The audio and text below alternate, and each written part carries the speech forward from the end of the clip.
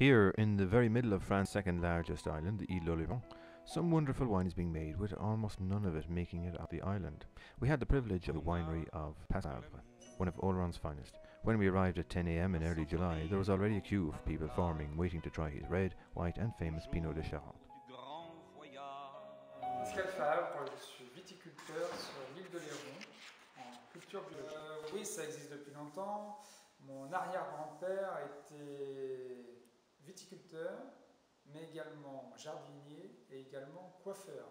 Ah, d'accord. Donc, c'est un Oloronais typique, peut-être. Il avait trois. Oui, les gens faisaient plusieurs travaux. Oui. D'accord. Et donc, vous êtes dans la quatrième génération, disons. Peut-être qu'il y en avait avant d'autres que je ne connais pas. D'accord. Et vous êtes le seul, vigneron sur l'île d'Oléron avec le label bio. Oui.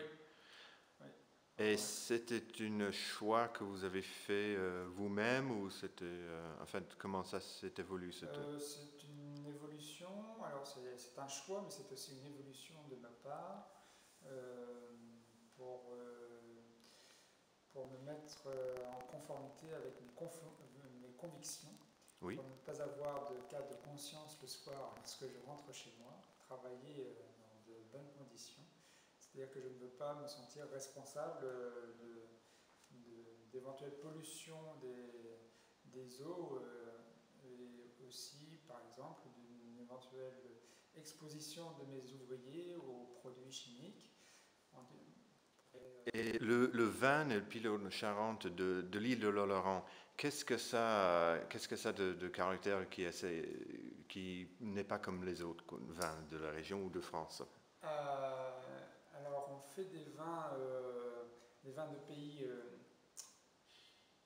très faciles à boire l'été, très agréables, des vins qui ne sont pas vendus très cher en général, mais qui plaisent bien, puisque depuis que je fais du vin, depuis une quinzaine d'années, ma production n'a cessé de croître, et à la fin de l'année, je suis toujours en manque de vin. Donc je sais que mes clients aiment ça. Ce sont des vins qui se boivent facilement l'été, avec les huîtres, avec des grillades pour les rosés et les blancs. Et les rouges sont aussi...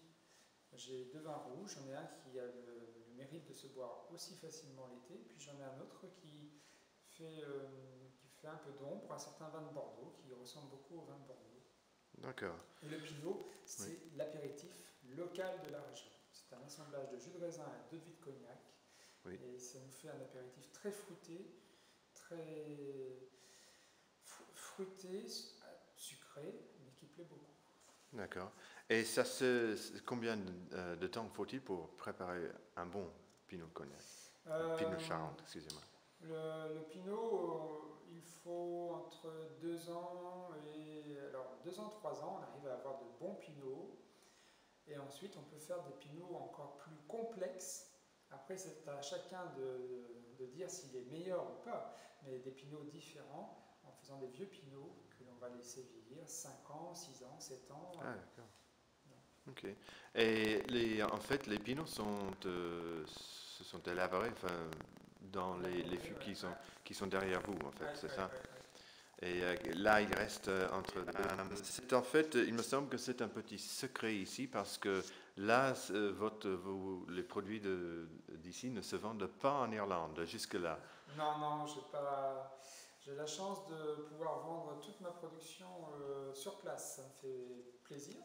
Oui. Parce que c'est pas plus facile, il faut être présent, il faut expliquer aux gens, et on fait goûter, mais on a la chance de rencontrer directement les clients qui vont consommer les produits. Donc si c'est vrai qu'on vend toute notre production dans le magasin sur place, ou alors vers des restaurateurs très locaux. On aime beaucoup les restaurants du coin qui nous font travailler. D'accord. Alors c'est du marketing parfait, je dirais, parce que là vous avez les réactions de la clientèle sans avoir à payer une boîte pour savoir ce qu'ils pensent. C'est du marketing mais sans le savoir. On a fait du marketing sans le savoir, d'une façon tout à fait naturelle. Excellent. Merci beaucoup. Merci.